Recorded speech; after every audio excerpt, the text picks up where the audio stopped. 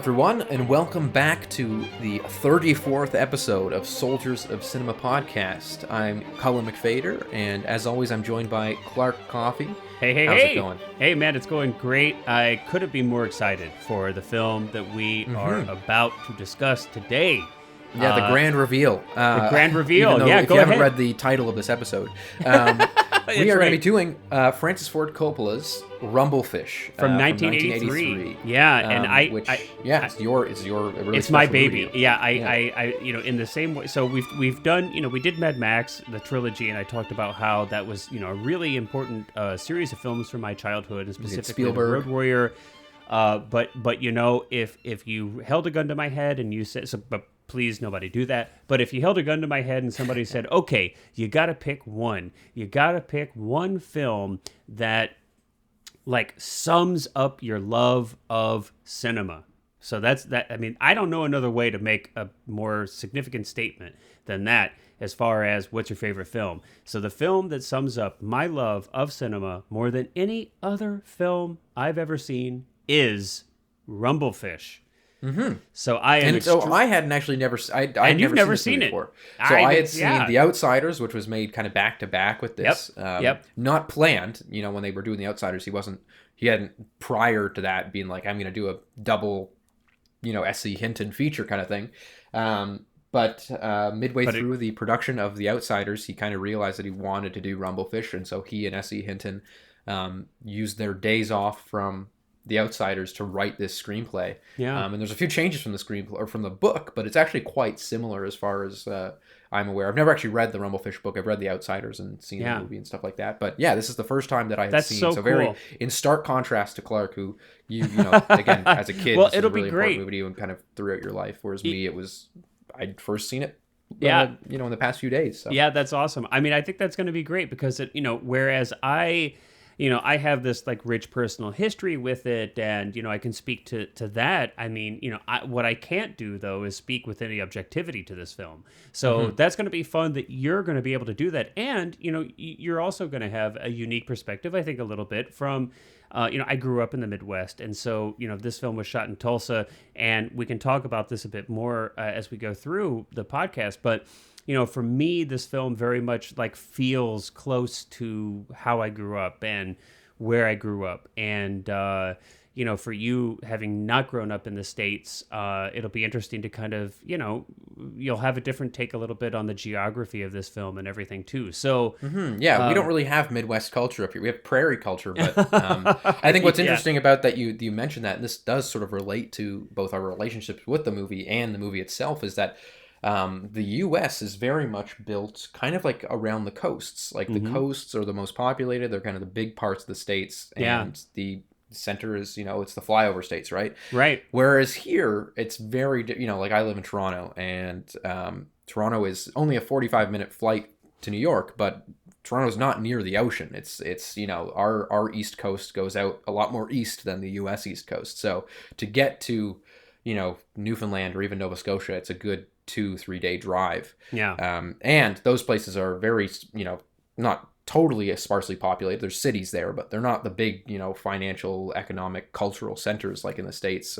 We have Vancouver out west, of course, which is on the coast, but Toronto, Montreal, and Vancouver are kind of the big three cities here, and Montreal and Toronto are both located pretty centrally within the country. So yeah, we kind of don't have that same the desire of opportunity being on the coast or this drive to go out to the coasts, whereas the States really doesn't. That's a big theme in this movie, is this drive to escape kind of the Midwest and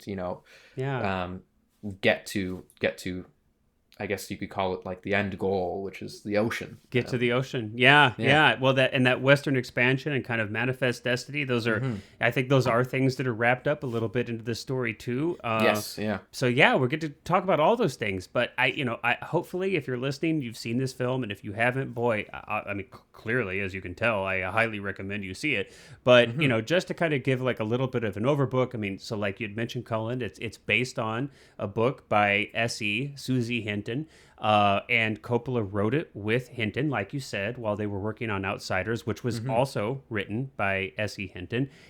She also wrote Text. It's a trilogy of stories for young adults. She kind of is not that clearly, like literature for young people existed before S.E. Hinton, of course. I mean, Tom Sawyer and Catcher in the Rye. There's a lot of books, but she is kind of credited with kind of creating or popularizing the modern like literature for youth. The genre on its own, yeah. Yeah, So genre did on you its own. read like The Outsiders and stuff like that when you were in middle school and stuff? Because I did. It was, Yeah, in the so I read curriculums and all that. So Outsiders, and I'm yeah. trying to remember. I almost feel like it might have been canon. I almost feel like it was part of the curriculum, but I did not. And this is wild. I know everybody out there is gonna, as much as I love Rumblefish, how could I have not? I have not read Rumblefish. Interesting. I've Okay, yeah. not read the original book. Which of course, now that I hear myself say that, I really should do so. It's on my list. But I mean, you've got such amazing talent in this film. Like we said, Coppola directs.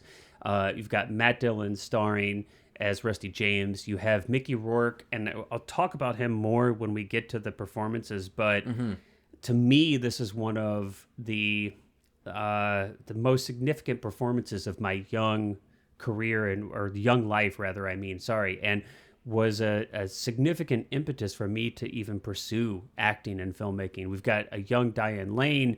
We've got a really young Nicolas Cage. Yes, I think this is maybe his pre second. Moonstruck, pre all that. Yeah, yeah. He's like 19, I think. It's Yeah. amazing. You've got a young Chris Penn, Diana Scarwood. You've got Dennis Hopper. Of course, noted Coppola alum. So. And you've got Tom Waits. What? I mean, it's amazing. And look, you're talking about a black and white film shot on that beautiful Plus X 5231, that Eastman stock that, at least in part, that the Elephant Man that we recently did was shot on. And Cullen, I know you're super excited about this. This thing was shot wide. Very wide, yes. A lot of this is shot at, less than 10 millimeters, 9.8. 25 and 35, I think, is maybe the longest lens they used, except for there's one kind of walk and talk where Lawrence Fishburne. Come on, and Lawrence is in it. Who's also in Apocalypse Now, yeah. Who's also in Apocalypse Now. I mean, it's just. I mean, this film is just bursting at the seams with talent. And all this youth and energy. It's such a fun film. So let's talk. I mean, let's jump in then. Let's talk about kind of and compare and contrast our personal experiences with the film. I mean, let's start with you. You've just watched it in the past couple days. Like, tell me about your experience with the film. What you thought watching it? Yeah. As I said, The Outsiders was in my curriculum as a kid in middle school, and we watched the movie then. And I remember I knew, of course, who Francis Ford Coppola was. I think it was probably grade 8 when we watched it. And so I'd seen The Godfather, I'd seen Apocalypse Now, and I think The Outsiders kind of underwhelmed me because of that. And so had I known that this was made back to back to that before going into it, I likely would have had a different impression going in, and I probably would have thought, okay, I didn't love The Outsiders, so I might not love this one. But I actually didn't know until, basically while I was watching it, realized that half the cast was the same location, and so afterwards, found out that of course they were shot back to back. I loved it. Again, I didn't know what to expect. Had no idea going into it. I knew it was Coppola, and I knew, who was in it. I knew vaguely what it was about, but didn't realize how artistic the film was. How, almost transcendent of like time, in terms of like decade set or period set, that it pulls so much from so many different aspects of especially American life. And so I think that's really it was really interesting to me, just the way that it handled all that material and how the characters, again, like the relationships between the friends almost speak like they're coming from the 1950s, but it's set in the, like they play, a stand-up arcade game at one point. So it's not set in the 50s. There's and then Dennis Hopper plays timeless. like this, he's the father, but Dennis Hopper plays this kind of almost like vagabond, Depression era, like fedora wearing, flask drinking drunk. And it's like this really interesting, blend of almost like all the 20th century in the United States and all these different cultures and climates that the States kind of has. It kind of boils them all down and puts them into this one motion picture, while doing so in this avant-garde, like French New Wave style. And I thought that, again, I like watching a movie and being feeling like I got the rug swept from under me, like feeling like I had no idea what I was expecting and that this very much wasn't what I was expecting. I love doing that and I like that experience. And so I think that going into this, and also that it really talked to my sensibilities about that, and both you and I have kind of spoken about this before on the podcast, but that, plot to me is never something that's super vital. I'm not a plot person. I don't Yeah. really like as I always say, I could watch a movie that's 9 hours of like beautiful images of trees. I like the visceral imagery in film. I think that that's what really speaks to me. And so I'm never someone who's like going to sit down and be like, well, this doesn't use the 3-act structure. Right. Save the Cat says that you should introduce conflict in this point of the movie, and if you don't, then Right. you failed. Yeah. I'm not really interested in that aspect, and perhaps that's why I don't really consider myself much of a screenwriter. Even though I have written screenplays, it's not really the point of filmmaking that I like dive in on, and that I really care about on a really deep level. And so this film really spoke to me on that level as well, that it kind of spoke to my sensibilities and what I like about film, which is about the visceral kind of experience of watching, not necessarily about understanding or analyzing what's going on moment to moment in the script, but rather just kind of letting the experience wash over you and give you those emotional impact moments and give you the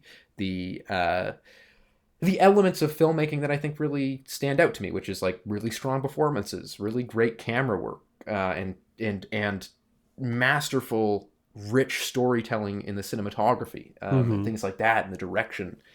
That's what really gets me in this movie. Kind of has all those things. So that was my first impression of it. Again, this being were the you first time I'd seen it. surprised? Were you? I mean, obviously, I'm assuming that it was within seconds that you realized, "Whoa, this is not Outsiders 2." Yeah. I was not. I wouldn't say surprised is the right word, because again, I didn't know that they were related. I was unaware, yeah. but I would say that definitely satisfied is probably like almost this feeling of watching it and knowing it was Coppola, who's a director that I really respect and admire. Even his lesser works I like a lot. Like again, The Outsiders I think is a good movie. It's just not my favorite of his. Yeah. And so I think that watching this almost made me go, this is what I thought The Outsiders was missing. That if The Outsiders took this less, because The Outsiders also, to be fair, is much more of a planned out studio film, whereas this was, because it was so off the cuff, he kind of just went, and I think it was, who did he do The Outsiders with? Was it MGM or Fox or someone? Whoever the studio was that was doing The Outsiders said that they didn't want to do Rumblefish, so he struck a deal with Universal. Yeah. Kind of last minute. And so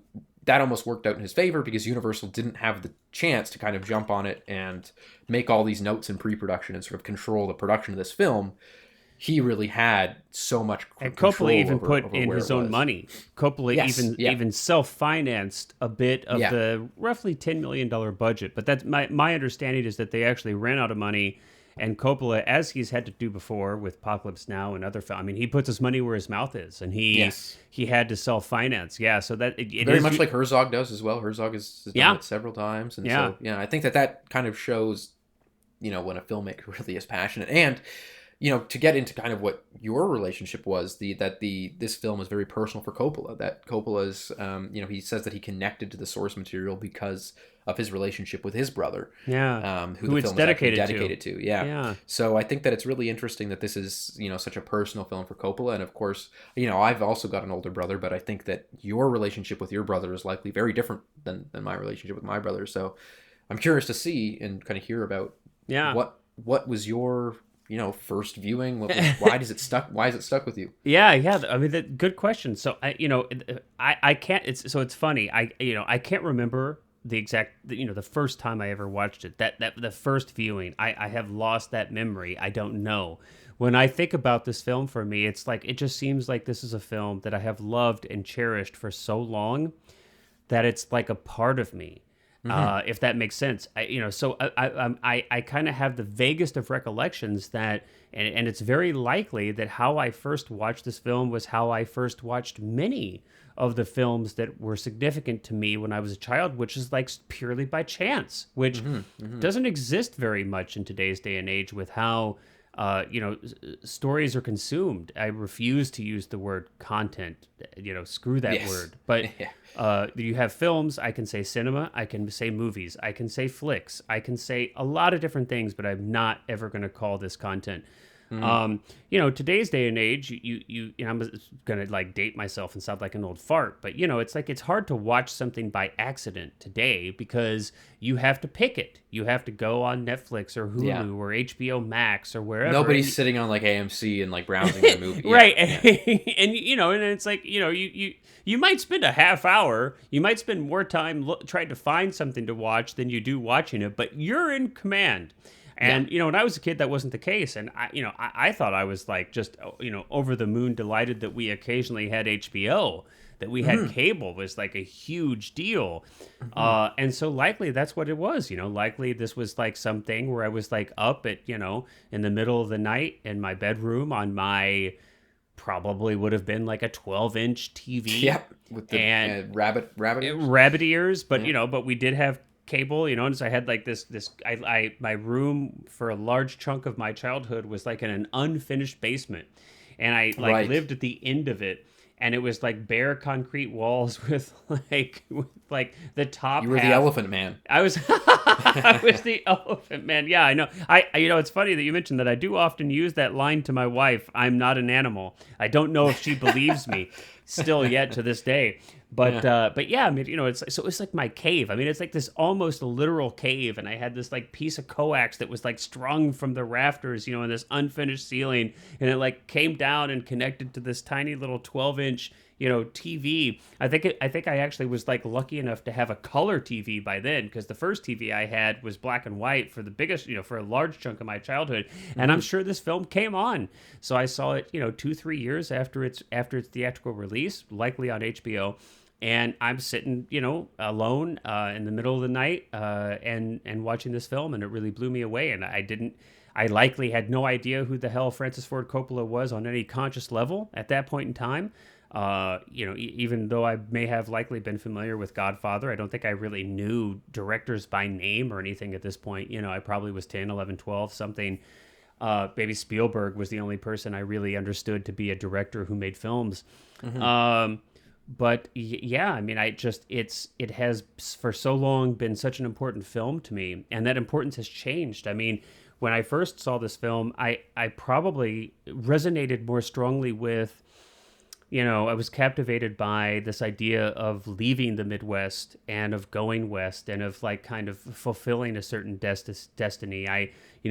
Clearly this film has kind of these mythological undertones, right? These kind of like a lot of great stories. There are these kind of universal truths that are embodied in these characters and embodied in this story. And that likely just really resonated with me. I think I was captivated by the motorcycle boy, and this idea of this quiet wisdom after having gone on this journey, and it was a journey that I wanted to go on, and I was excited to take, and now the story means a lot of different things to me, though. At that time when I saw it, I'm sure I was old enough to have had a brother, but we're 10 years apart, and so he would have been very young and I was young. But over time the meaning has really changed a lot to me. When I watch the film now, what resonates with me a lot is the story, it's still that growing up in the Midwest and wanting to leave that, and certainly I did not by any stretch of the imagination have a familial situation like I didn't have a father like Dennis Hopper portrays in this film or anything like that, not even remotely. I mean, the opposite of that. But still, it was, I think, this very natural desire to want to leave where you're at and strike out on your own and make your own way and be your own person. And for whatever reason, existentialism has kind of like always spoken to me, which is an extrapolation of this idea of like westward expansion if you're an American, which is kind of, realizing that you're in control of your purpose and that you get to build that and that you get to decide that. And it's both a blessing and a curse that it's not a given. So you do have you're empowered to define your own purpose, but then you also have the responsibility of defining your own purpose. And so I think that's very much a part of what this film's about. And, of course, time is a big part of the story as a theme, and that spoke to me. I mean, I don't know why, but when I was a kid, I always had this fear of running out of time. I was like always terrified that everybody around me was going to die and that I was going to run out of time. And I don't know what in the heck still to this day that's about. But I mean, even as a very young child, I was like always terrified my grandparents were going to die any minute, or that my parents were going to die. That, you know, it's like that, you know, I was going to run out of time and I wasn't going to be able to do the things I wanted to do in life, which it's kind of nuts to think about it now. It's like a 12-year-old worrying about that, but it did. I would just cry all the time about that. Every time I would my parents would leave, my grandparents rather would leave for a visit, I had this period of time where I would just like sob that I was thinking like everybody around me was going to die and I would run out of time. So those were things that spoke to me about it then. I mean, also too, just on a surface level, you know, you talk about how images, you know, the images are so powerful in this film and they speak to you on such a primal level, and it's not about plot. And, you know, large part of it is that I could try to explain to you why it meant something to me, but I don't know if I can't explain all of it away. Yeah. The images are so powerful. Mickey Rourke's performance was so captivating to me. There's just something kind of primal about it that just captivated me. But well, I mean, again, it's interesting that you say that, because it's similar to kind of my response to Butch Cassidy, which was it's interesting being put on the podium and kind of saying like, you know, explain why this means something, because because especially when you see it at such a young age, it's difficult to really talk about what, you know, like again, like last week I was talking about, okay, there were a few things in it that made, you know, I grew up hiking the Rocky Mountains, so there was like aesthetic things there that made me connect to it. And you're talking about, you know, your brother and things like that and growing up in the Midwest, but when it comes to like the really like I'm sure there are other movies set in the Midwest and about longing to leave the Midwest that didn't connect with you, that you know, that you know, you don't really feel. So it's such a combination. It's almost like a perfect storm of like 1,000 different elements that right thing come at the together, right time. And that's a great feel. You know, that's a great feeling when a movie like I think that's the thing, when a movie speaks to you. Recently, I had a similar experience. But probably not recently, but within the last 4 years, I think it came out. Lady Bird, the Greta Gerwig film. Okay. I really liked that movie a lot, and you know, it was a similar thing where it was like it just something on a very fundamental level. Exactly. Like it was just like not necessarily that I like related to the character as, you know, as much literally. As I'm sure that you're not Matt Dillon. You weren't probably Matt Dillon as a kid. You know, you weren't going out and having gang fights and stuff like that. But, well, you know, but there's I don't know that about you. Yeah, I know. Perhaps that's the life you left behind in the Midwest. But I will not give away all my secrets here on the podcast. Yeah, so. But again, and it's like I'm not the Lady Bird in that movie, but there's something again just about like almost the desire element of it, and just the circumstance and the things that just go on in the movie, that it almost makes it feel like it's like this like other part of you, like you in another life or something. It's interesting. That's you know, and I do want to add too. I think you're right. I really like how you just put that, and I want to add to that too, because not every film does this, or not every work of art does this. So now, fast forward 30 plus years later, and I'm watching the film.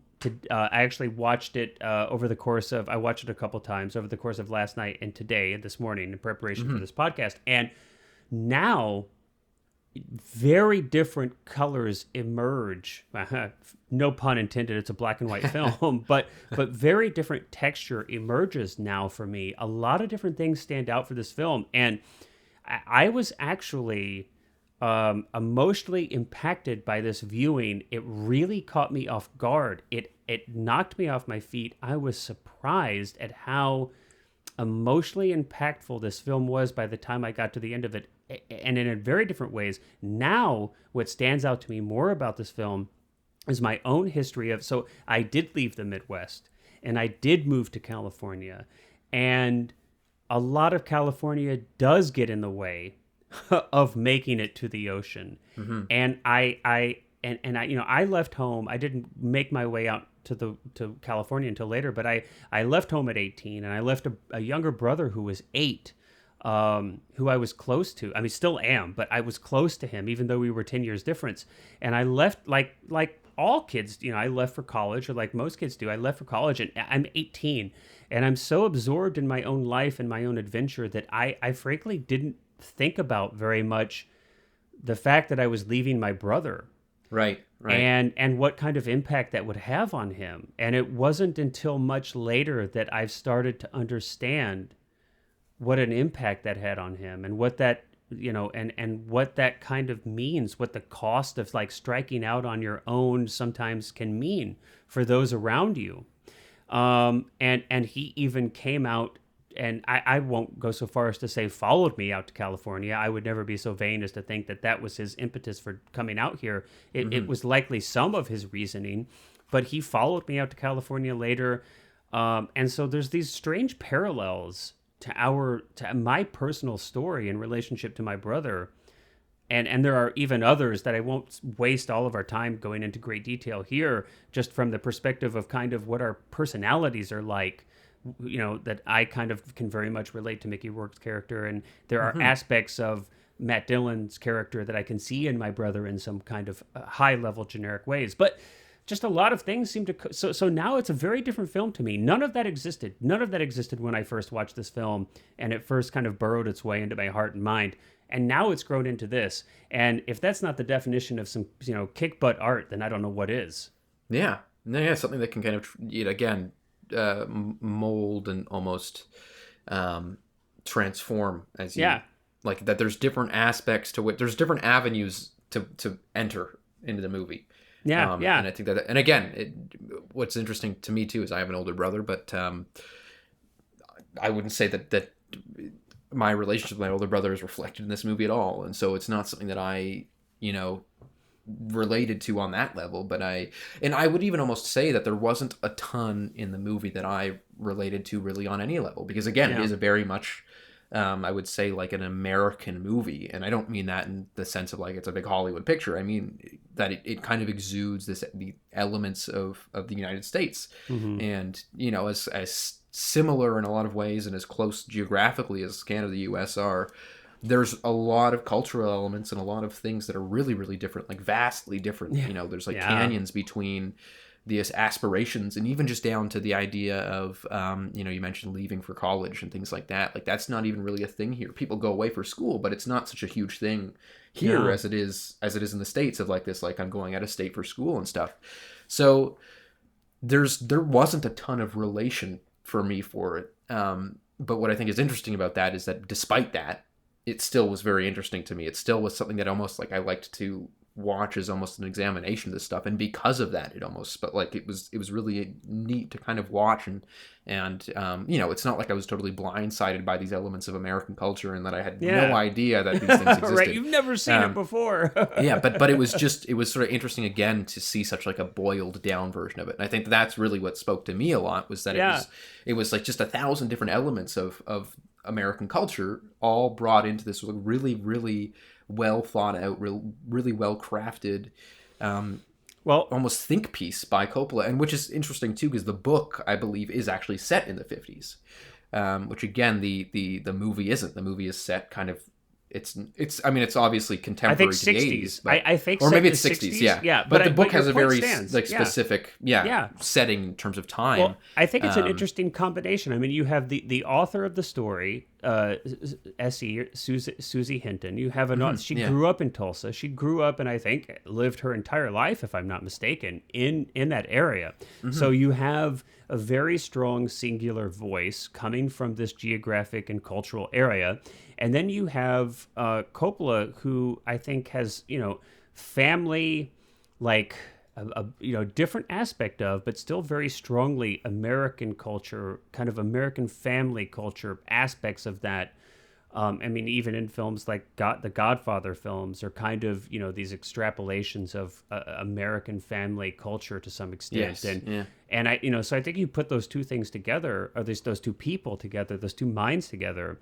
And I feel like that's why you have such an important, or kind of, a very strong specific flavor of that. of what you're talking about that you can feel as a non-Midwestern American person watching this film, and it's likely what spoke to me so personally without me even realizing it, because Yes, that's where I grew up. Yeah. Yeah. Which is interesting. Yeah. That's a really neat, I guess, dissection of like why it kind of affected each of us. Cause I mean, yeah. Yeah, I think it's amazing. I mean, let's it's. I always love to start there. It's our kind of personal relationships to the film. I again, like I keep kind of reiterating, but it's so interesting to me. I love to compare those kind of things. But let's talk about some other aspects of the film. I mean, Coppola starts out by stating that he wanted to create an art film for kids.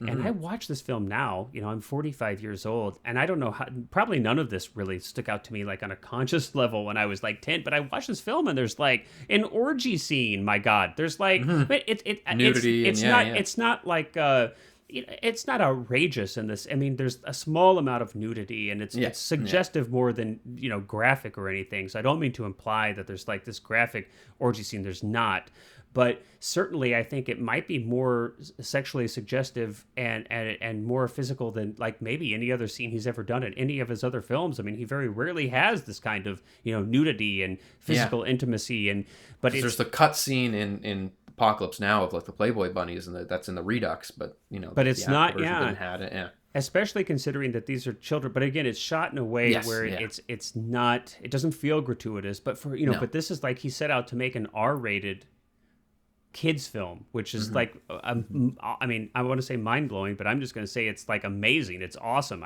You likely would not see anything like this made today, sadly. I would say the language, or if it was, it would be buried. You would never get. I don't think it would fly. And especially, I mean, look, when you add up, I mean, the fact that it's black and white, that's not going to fly. The fact that it's got no plot. I mean, there's basically no plot in this film. It's kind of like a study of existentialism, with this like overarching theme of time and time running out. You've got it's a very small film. It's a very personal story. And again, I don't know that this film could be made today, which is heartbreaking to me. And maybe it could, and maybe I'm just, maybe it would end up somewhere not in a theatrical release. But even in its day, this film was not very commercially successful, and it's only even critically. I mean, a lot of critics loved it. Yeah. So it's only been kind of in hindsight that the film has kind of developed a little bit of a following, and has kind of garnished some love in hindsight. But some other cool things about this film too, and I'm not sure how much of this that you kind of read about, but the process for the preparation that Coppola went through to put this together is like is pretty innovative, especially for its era, and pretty unique. I mean, he kind of devised this really cool system of almost like, I don't know what you'd call it, like live storyboarding. Basically, they would. It was sort of like an early version of Previs, I'd say. Yeah, absolutely. It's like totally like, it's like an early version of Previs, but with actual live actors, live performances, not CGI, obviously. So they had this big chalkboard. And so they'd have their, somebody there on the team. I don't know if it was specifically a storyboard artist or, production design. I'm not sure. But, somebody would be there and they would kind of sketch out the set for the scene. And then they would get the actors in front of a blue screen with a few props, and they would actually rehearse like a theatrical production. Like if I were putting on a play and I were working with an ensemble cast, and I would rehearse this for a couple months. That's exactly what Coppola did, which of course in film is extremely rare. And they actually would, I think they performed the entire film and rehearsed it and honed it in, and Coppola worked very diligently and for a long period of time with these actors, which I think is fascinating, and I think it shows. And Coppola has also been kind of technically innovative as well throughout his career. Yeah. And did you get to see some of that? I was really impressed with that. I haven't seen the actual like footage of those rehearsals. Yeah. But I am definitely gonna look it up after, because that sounds like not only does it sound very interesting, but it sounds like a really useful tool. I've I done know, previs huh? in the past where I have used my, like, one of my, one of the things that I do for previs is I'll take, I just actually, for the feature I'm doing, went out to one of the locations the other day, and what I'll do is just basically bring my phone out and sort of point it at something and like use my fingers in front and sort of say, like, okay, here's our two actors, here's where you're standing in the frame, and then you're Finger coming up this puppets. way. You do It finger literally is puppets. finger puppets, yeah. And so I just basically narrate these videos, and then I'll do some of the camera movements very simply, of course, not like on a Yeah. tripod or anything, Yeah, yeah. and just with That's my phone. awesome. But it's one of the things that I really, and I don't do it for the whole movie. Like, I've never done that. But it's interesting that we bring this up now, because I didn't even know that he had done that, and I think that that's a really, really almost like ingenious way of Well, being able to plan something like that, especially because he had such, it was kind of a movie that was made on short notice in a yeah. weird way. In a weird, yeah. I'm curious. I mean, I have a request. I would love to see like a scene of your finger puppet theater. If you Gladly. ever, It's honestly, do you, all of the cast and crew that I send it to say that it's like their favorite things, because it's just like they Okay. always will bring up the fingers whenever. you've got to do right when you have a release on physical media, you've got to include like The finger puppets. the finger puppets, right, as like an extra or a featurette or something. You've got to, like, I'm putting in my request now. I want to see it. I am like excited. I can't wait. So, Of course, yes, yeah. but I mean, that's awesome. I mean, I've always been fascinated too with, and I know he did this a lot with Outsiders as well. I mean, there was a long, extensive, casting and rehearsal process for that film. So, Yes. a lot of these actors who were in The Outsiders had already been through this long process with The Outsiders as well. And I think, especially working with younger actors, now clearly all of the people in this film are very talented, and they've all gone on to show that they're talented. Every one of them have had an interesting career. But I think, even with very talented people, I think a rehearsal process is usually a productive thing. And unfortunately, it doesn't happen very often in film because of budgetary constraints. Yeah. But it's something I frankly just also really enjoy, having come from theater. It's a process that I actually enjoy, both as an actor and as a director. So I was particularly fascinated about this, and I would be curious to explore modern technology that would enable this kind of pre-visualization plus rehearsal process kind of combined into one. And it's kind of like motivating me to look to see what kind of technology might exist out there to do this, in a modern way without, drawing on a big chalkboard. I don't even know how they did that. It was like they somehow had a chalkboard that digitized the chalk drawings, creating a sketch that they could use in blue screen. I don't even know how they did that, but Yeah. it was like a giant tablet. So there's probably like an app you can get on your iPad now and do that, Too bad I can't draw, worth two what. Me neither. Me either. So, I mean, speaking of drawing, speaking of painting with light, let's talk about cinematography. Do you like that? I'm like so good with segues. I'm proud there of you my go. segues. It's like a second nature. It's like second nature. I mean, the cinematography, and I think is one of the first. It's to me, it's the first thing that's the score stands out instantly, but we're going to get to that. The score stands out instantly, that percussive Stuart Copeland score, but the cinematography, I'm sure, was that probably something, I mean, right away you noticed instantly. I mean, Yeah. I know just on a basic level that the influence is very interesting, but again, the part of the things that were really interesting to me were the things that seemed to, again, kind of go beyond those influences and the, almost like I wouldn't say the on-set choices, because I don't think that they were like improvised by any means, but the Coppola choices to me were what I really liked. That, again, I like seeing things like that where you can tell the influences of something. You can tell, again, with the set paintings or the time-lapse photography that he kind of used from Koyaanisqatsi and was inspired by Koyaanisqatsi to do, or the very there's like German avant-garde expressionism. There's exactly. There's the painted shadows there. I mean, just the fact that it's black and white, like high contrast. But then seeing a director kind of take that and morph it into their own thing is always what's kind of the primary interest to me is how does somebody move beyond the influences? Stephen Burham shot it. Yeah. And he, if I'm not mistaken, he was the DP, the cinematographer for Outsiders, right? Yes, yeah, I think most of the cast and crew, Carried over, or especially most of the crew, was carried over from The Outsiders. Yeah. which is really amazing to me because it shows this range that, I mean, I personally was, I mean, obviously, like, you know, when I first watched this film, I didn't know, it's Burham from Adam or anything else. I mean, that would have never crossed my mind. But now, as an adult watching it, I am really impressed that he shot both of these pictures. They look so completely different. Yes. Yeah. But I mean, yeah, I mean, immediately this high contrast, beautiful black and white photography that to me just is mesmerizing. I am just mesmerized by the quality of this photography. The I think, 35 was the longest lens they used, with the exception of one small, walk and talk scene where they used a longer lens, and I'm not sure what, but probably 100 plus.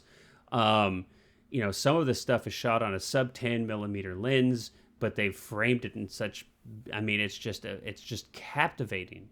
There's so much smoke and fog. I mean, it's amazing how they make Tulsa look like a post-apocalyptic wasteland. I'm like thinking about Mad Max again. The smoke was something that really was that. What I think was really interesting to me and what really stood out to me was that there's this. You see the smoke. The opening shot is the clouds passing overhead, and then it's like the clouds are in the city. Like there's always almost this constant, like almost cloud movement or mist or fog or smoke that's moving really quickly through all everywhere, of the cityscapes and all almost that. Every scene, which obviously, of course, is intentional. I mean, it's very clear that they had set up some sort of machines and generators to do that. But I thought it was really neat that.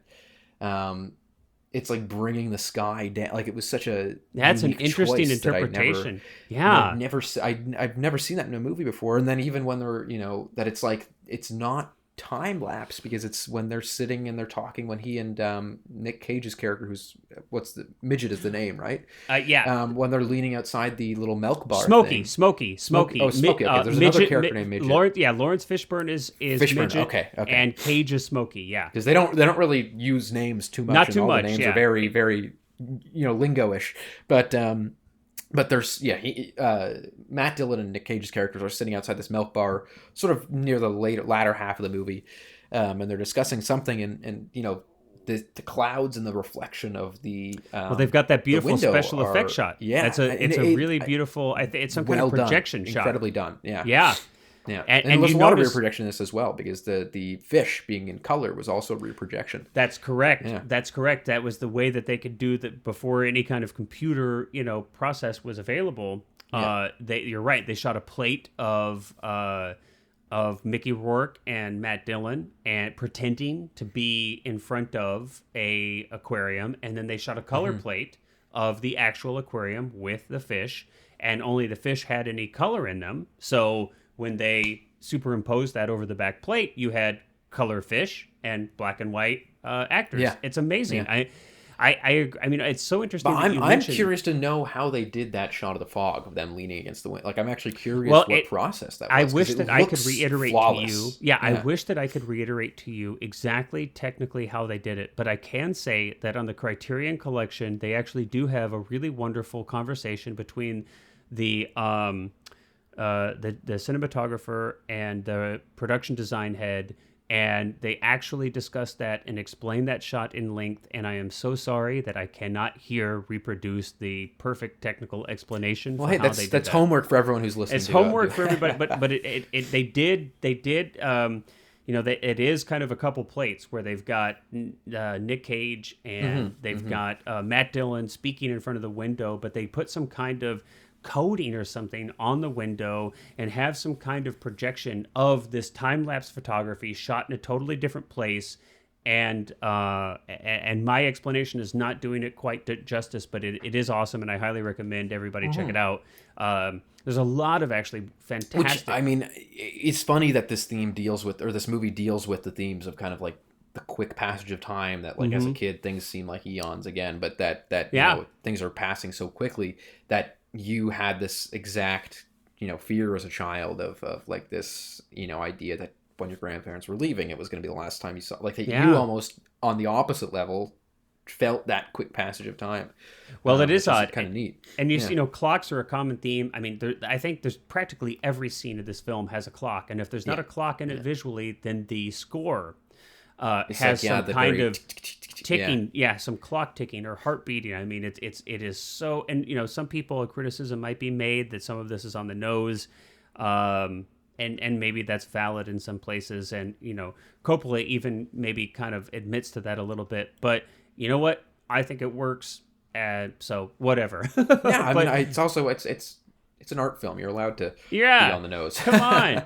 I mean, I think no let's talk a little bit too, because you're right. I mean, we talk about all these things: the wide angle, the black and white, the smoke, and it's funny.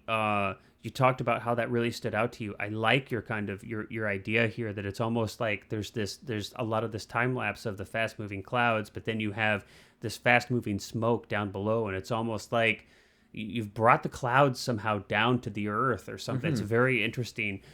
For me, it's so funny. I just accepted that there's like smoke everywhere. I don't even remember like thinking anything about it. I never even questioned it when I was younger. But in the commentary, Coppola talks about their kind of inspiration for some of this, at least is to kind of like ground it in some kind of reality, would be that in the area they would burn grass in controlled burns to kind of keep brush from getting out of hand.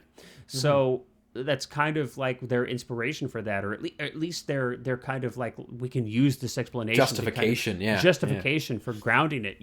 But it's so funny that I didn't even notice. I mean, not on a conscious level. I didn't even care. But of course you watch it though, and you look at it, and it's like these. There's an example where the kids get off the bus. It's Diane Lane and when they're Matt fighting, Dillon and Sofia Coppola. They get off the bus, and it's just like there's just like giant smoke bombs going off everywhere. Yeah, it looks like they're walking through like a nuclear wasteland. It's fun, but again, it doesn't. It works. Yeah, it doesn't like taste like. I wasn't sitting there going like, "Oh, come on, this is ridiculous." I was sitting there going like, they're having a tense moment in their relationship, and it's like this again. You get it's like a motif. It's this motif of like, again, because of course the clouds, quite obviously and quite literally are referring to the passage of time and stuff. That it's like every single mistake he makes in the movie, every time he makes a bad decision, there's this like reminder that like time's ticking, like you're not going to have a lot of time. And so I think that's really interesting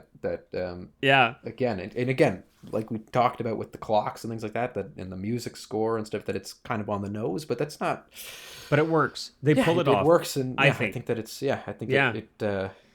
it just adds a layer to it that I think is really neat. And it's not, it's not like every movie hazes and uses smoke, and especially back like pre-2010. Right. So many movies were just like, you just feel. We talked about E.T. when we were doing the Spielberg episode, how those rooms are just like loaded with smoke. Right. Or any Tony Scott film, any Ridley Scott film, the Scott brothers, they love the haze. But, and I think it's a great. I honestly really like. I love it. I love it. Fog and haze and things like that. So I'm so motivated to shoot in black and white now. I can't tell you. Having just recently watched The Elephant Man, having just watched this again, I am so motivated to do a project. I'll tell you, I've never, as aside from like small projects, I've never done a full, like whether it's a short or of course a feature in black and white. I've never, and I've always wanted to, but I've just never really found the right project to kind of like do that. It really speaks to me. Again, I think it's really a specific thing that you've got to find. I don't know, but I love it. I do love it.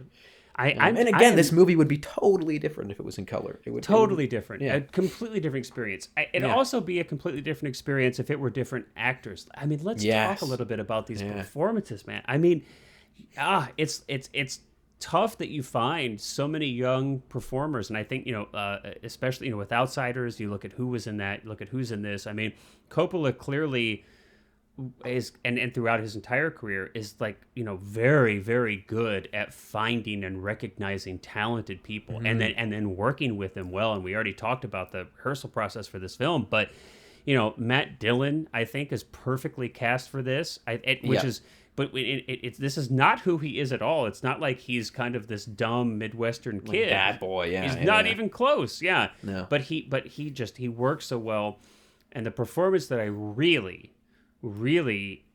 want to kind of just talk about, just because I was so moved by this, is Mickey Rourke's performance. It's incredible. You and I talked a little bit about this before we started. We were kind of warming up, but I think for younger people. Again, I feel like I'm always talking like I'm like people's grandpa. For you younger people, back in my day. Whatever, forget it. Too bad, sorry. Yeah. I can't wait to see what I sound like when I'm 65. Oh my gosh, But it's true. But it's true though. I mean, I grew up. I was like just coming of age, just becoming kind of like cinema aware when Mickey Rourke's career was first taking off with Diner, with this film, with a Pope of Greenwich Village.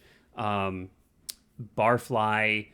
His early work is just outstanding. I cannot recommend enough for those of you who are unfamiliar with Mickey Rourke's earlier work to go back and watch it. And it is such a heartbreaking shame to me that I don't, not that I want to try to speak for him, but it's my understanding that he kind of sort of developed a resentment for the craft and the industry very much in the same way that Marlon Brando did in his later years. Yeah. And of course it shows, and his life took a different trajectory. And I think he's a very different, performer and person now, although of course the projects that he takes on are he still has these flashes of greatness. The Wrestler from 10 years ago or so, I think is an example of that greatness that's still there. But I mean, not Iron Man 2. Not Iron Man 2. But I would highly recommend, and you'll kind of maybe get a glimpse of why there was so much like oohing and awing over this performer when he first hit the scene. I mean, his performance is outstanding. Yes. Outstanding in this film. It's so I think one of the interesting things that that Coppola specifically told him to kind of study like Napoleon and things like that, and I think that you really see that come through, that he's this really gentle, like wandering philosophical kind of soul. Yeah, he's like a French philosopher. I think Camus was like was kind of used as kind of like this gentle giant almost. But listen to his voice, like the vocal nature of his performance is so impressive. And if you want to see another really impressive Rourke performance that was cut out of a movie, actually, was The Thin Red Line. He's got a deleted scene in that movie, and Rourke actually said at the time, and still kind of refers to that as he thinks that it's some of the best work he's ever done. And this is so on I really recommend that. Is there a Criterion? I think you can find them on YouTube. Honestly, I think you can find the Mickey Rourke scene just online. Yeah, I'm sure it's on the Criterion as well. Maybe we'll do The Thin Red Line at some point when we do some Malick stuff. That is one of my favorite movies. And so I would be happy. Well, there you go. It sounds like we might know a future episode right off the bat. I will save it for that. Spoiler alert! But no, I think that this movie really goes to show how, like you said, like how talented, and not that Matt Dillon is a lesser actor by no means. No. But I think that to use the term Rourke, dances around Dillon, is not, again, it's not me putting down Matt Dillon's performance, because I think every performance in this movie is so specialized. The roles are different, really great. But Rourke really is he steals every scene he's in. Even it takes, think of how, I don't know how specifically how old he was in this movie, but young, 29. It's insane to be 29 and to be stealing the show from Dennis Hopper when you're on screen with him is nuts to me. And Dennis Hopper's great in it too. Dennis Hopper is great in it. I mean, Dennis Hopper, what I think is actually, just to really quickly talk about him, is when Dennis Hopper gets in this movie, like when he comes on screen in this movie, the energy shifts, and I think that's really interesting. Like that, it's like this entire. It feels like there's just like a gravity that suddenly like enters the scene, I found that watching it, like the it's like the suns, like the suns are orbiting around the father. I mean, you're right. There's this gravity, and it's the first time that this family has been together in at least a couple months. I mean, it's funny. I think they say in the film that the motorcycle boy, which is Mickey Rourke's character, he does not have he's not named in the book or in this film on purpose.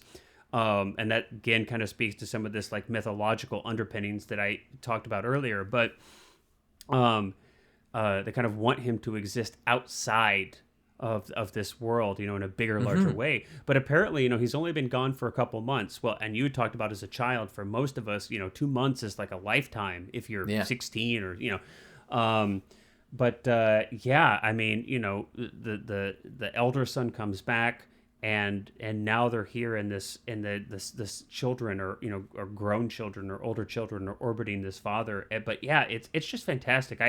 It's my understanding too that Hopper was a little bit of a challenge to work with. Surprising, but I think the scene where they are at the bar, which is just exquisitely shot, where you have this beautiful wide angle with Mickey Rourke and Matt Dillon kind of bookending the foreground, and you have Hopper in the midground, and it's so beautiful. This deep focus shot. I think that something like 40 plus takes for that, because Hopper was just like not doing whatever it was that Coppola wanted from him, but just or something, or maybe it was, I think, because there's some outtakes where Hopper's like, I want to do it again. Can I get another take? But well, it's interesting because it's like this, because there's the one shot that I mentioned that I actually screenshot it because I loved it so much in that exact scene where Hopper, it's like this close-up of Hopper. You see the reflect, looks very similar to a lot of shots of Martin Sheen and Apocalypse Now, but of course the black and white just adds this simplicity to it that's really beautiful.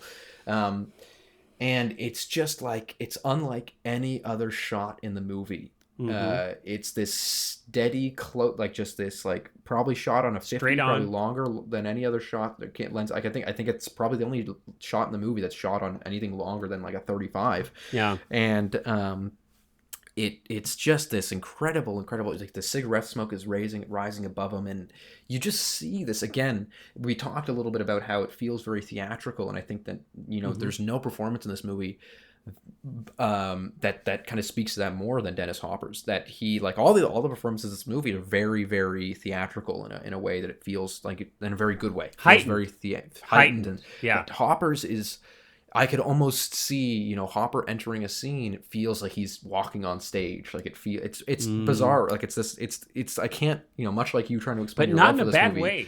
Not in a bad way, not in a distracting way. It's like it's a feeling. It's not necessarily like a literal, like you feel like he's walking out of the wings and coming on. Yeah. But rather that this, there's a difference always.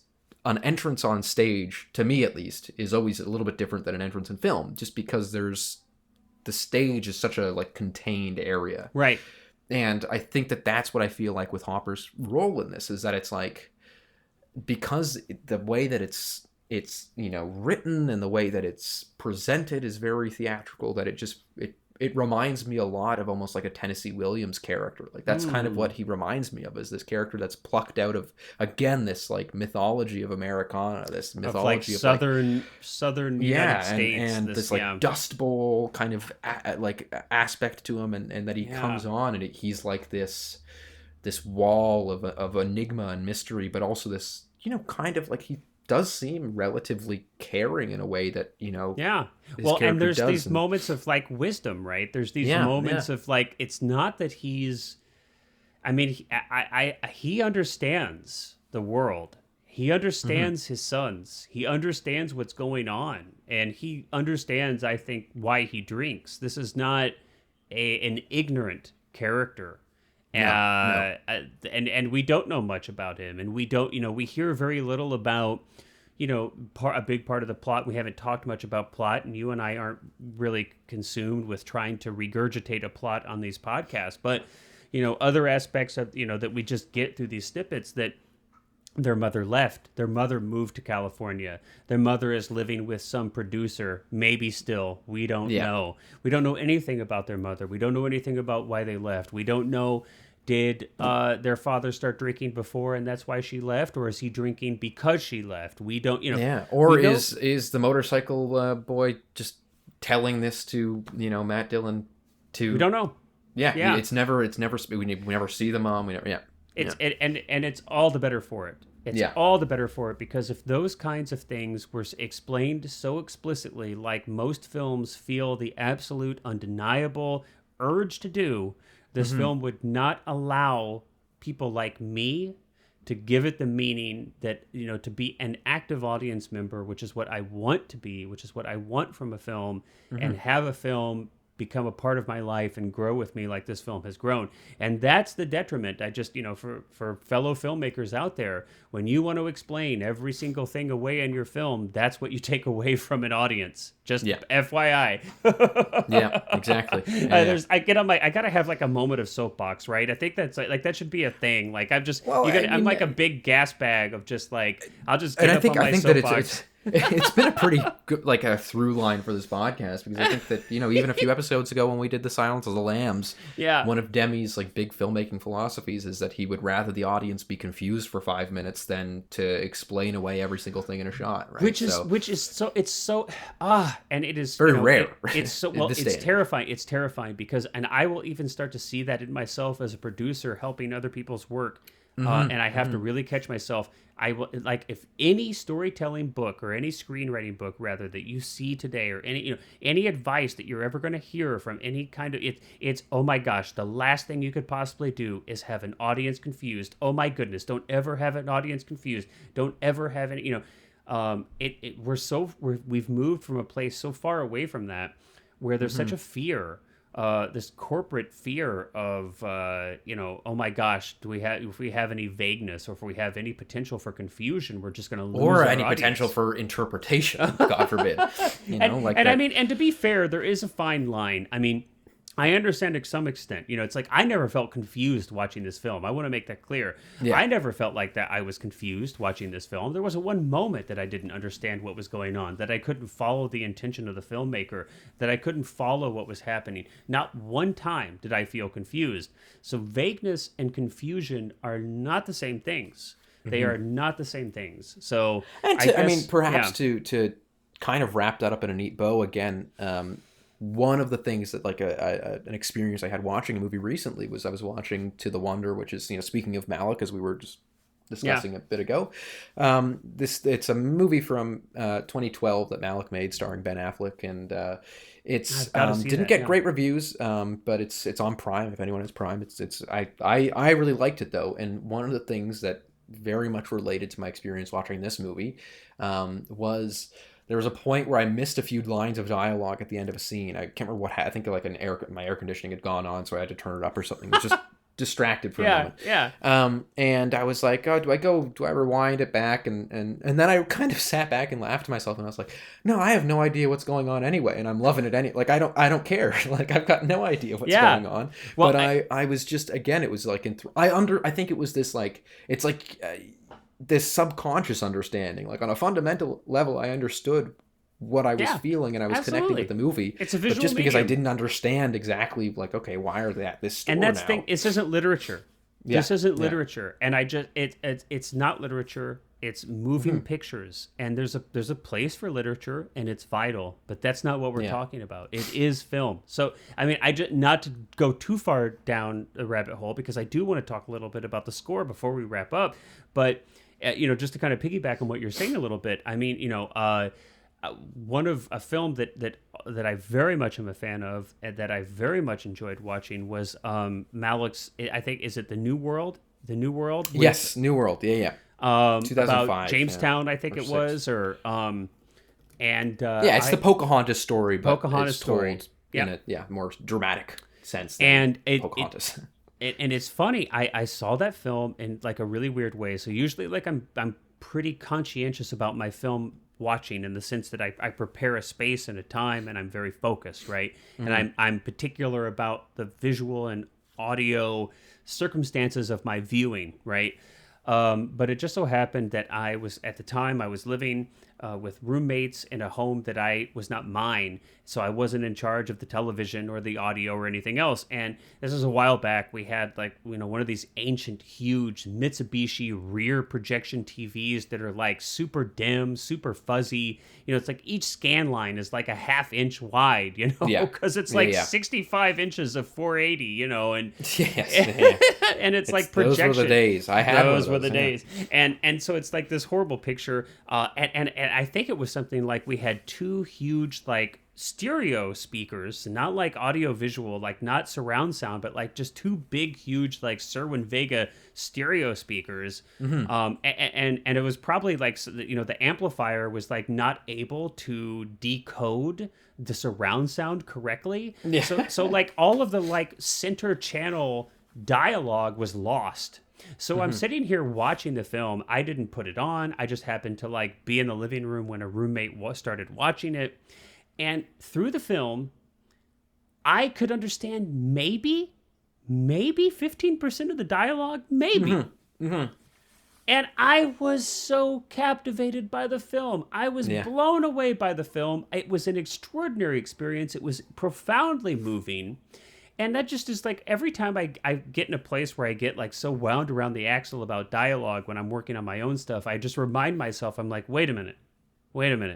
Remember that time when you couldn't even hear the dialogue and you kind of like, it was like half mumble, like most of the movie was mumbling, and it ended up being an extraordinary experience for you. I was like, just remember that. No, exactly. Yeah. No, it's totally like, again, film is more than the script. It's more than it's more than dialogue. Performances are more than dialogue. That's theater. Yeah. That's theater is about dialogue, and television to a great extent is like theater, and that's about dialogue. But that's not film, and it's not to say the dialogue's not important. Of course it is. Yeah, but, or that there can be dialogue heavy films that are great, but it's a different beast. It's a different beast. Well, let's wrap up here with a topic, a part of the film that I think is really vital to its personality and impact, and we've not touched on it yet, and that is the score. Stuart Copeland of the Police did the score for this. It's a percussive, heavy score, and it is absolutely unique. It is totally untraditional. It's the vast majority of it is comprised of a lot of loops. There is a lot like car horns and and like almost sounds like it's like drumsticks on like tin cans at some points too. So many, right, and everything is about time ticking. So there's this constant tick tick tick tick tick tick tick tick tick tick tick tick tick, and there's heartbeats. There's all of these, and this is way back in the analog days, and so they literally, like today you go on Pro Tools and you make a loop, and that just means that you have a snippet of something that repeats, but this is literally like they're splicing actual tape loops together on a big, like 24-track board, and they've got, literally looping tape. There's a reason that they were called audio engineers. Right. Yeah, exactly. But it's, I just think it's an extraordinary piece, and I think the film, I mean, it's so important to the success of this film, to the feeling, to the tone of this film. I would say not expected. Tell me. Like, again, there's a lot of point. Like it's definitely, as in case you couldn't tell, it's not a traditional film score. But it again, there's this element to this and The Outsiders, that where it's like Coppola uses score in areas that I wouldn't have necessarily expected him to, and it's not a bad thing. But I always thought that was really, and I remember noticing that, and it was one of the things that has always stuck with me about The Outsiders, even though I haven't seen it in. So if I was in grade 8, it's been 10 years at least since I've seen that movie. 10 or 11 years. And that fact that always stuck with me is something that, again, was like one of those things that I just always thought was kind of odd about it. Yeah. And then when I was, it like brought me back in this movie when I went, there's a moment when he's talking to his girlfriend outside, and they're like, there's this almost drum beat that's got a little bit of like kind of a melody to it, but not very melodic. Yeah. And they're just standing there having a conversation, and it's like there's this music below it that doesn't really fit. But time. Again, it's like it's exactly it's like always this chasing. They're wasting time, and everything has an urgency. Even when they, right after that, they go inside, and Sofia Coppola is sitting beside them, who's his girlfriend's younger sister, sitting beside them on the couch, and it's like this urgency, like, go away, we don't have a lot of time, like, get out of here. And it reminds me a little bit, like the birth history of this podcast, talking, and Herzog almost always has these very unique and non-traditional scores for his films. And I feel like this is very much at home. I could very much see the score being in a Herzog film. Totally, yeah. And it's really quite extraordinary, and there is really an exceptional featurette on the production of the score with Stuart Copeland on the Criteria Collection disc, which I really highly recommend people check out. But I don't know. I just want to, we can wrap up now. I just want to say, I mean, there's so much more that I could say about the film. We've really only scratched the surface in an hour and 10 minutes here. And, I could pontificate on this well past when people would want to listen to it. But, I just can't recommend it enough. If you've not seen the film, check it out. The ending of the film, I was really, again, I was surprised at the emotional impact the end of the film had for me. Still to this day, it's just the motif of the rumblefish. We hadn't talked anything about that, but this idea that a caged being will consume itself for those around it if they have no freedom is another that fights theme. itself in the reflection, and this just really beautiful the finale of the film, the climax of the film, where the motorcycle boy Mickey Rourke's character, he doesn't rob this pet store. He releases the animals in the store, and there's a really quick fun story about that. So one of Coppola's first films, The Rain People, starring isn't that is Michael Caine? No, who's in that? Not Michael Caine. Oh God! Come on! I've please. totally.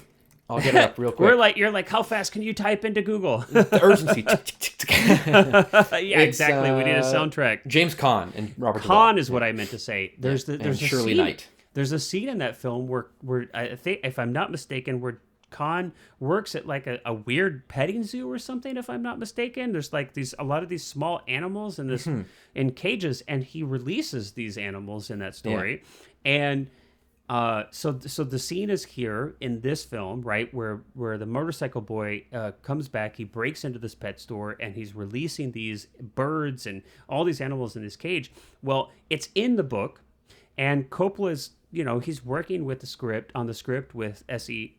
Hinton, and he's like, hey, this is so funny. This is kind of a weird coincidence. I shot the scene in an early film of mine. And she's like, oh, that's real weird, because I actually was watching a movie with James Caan. I don't remember what the name was. And there was this scene where he was releasing all these animals, and it totally inspired me to write the scene in the book. Oh, wow. Goes full circle. That's hilarious. I know. So oh, my gosh. I know. So that's insane, yeah. It's like, who would imagine? But it's just this beautiful idea of like, he's got to bring these fish, it's the only thing in the film that has any color in it, except there's an exception I'll talk about in a second. But to carry them to the river to set them free, and the authority figure, this ever looming authority figure, which we hadn't talked about, this police officer, shoots him dead, and then Matt Dillon carries the fish the final length and sets them free in the river. And Matt Dillon's character, Rusty James, has this moment of color vision when he's after he does that, and he's being held briefly by the police before they let him go. It's just, wow, I might get emotional talking about it now, but when that last scene where Rusty James finally does make it to the ocean, where he rides his motorcycle, and it's this extraordinary shot, I think, where he's at the pier, he's at the ocean, there's these seagulls everywhere, and it's just... I don't know. I don't even know where I'm headed with this. I'm just describing the movie now, which is like the worst thing you want to do. I'm just describing scenes, but oh my God, I mean, I don't know. It's really extraordinary film. I don't know. That's all I've got left. I'm getting carried away. No, I think I would just go watch. It's on YouTube. It's on the Criterion. I think there's a Criterion release. Isn't I there? think it's online. It's online. There's a Criterion release. But anyway, Well, with all that being said, Cullen, as always, man, it's a pleasure. I so enjoy talking about these films with you, and especially this one. And it's especially cool to me to get to share it with somebody who's not seen it before. So I'm really happy that it's a film that you enjoyed. And for everybody listening, I hope if you haven't seen it, go check it out. It's really worthy of a watch. And until next time, we wish you all a wonderful week, and we'll see you soon. Yeah, bye-bye.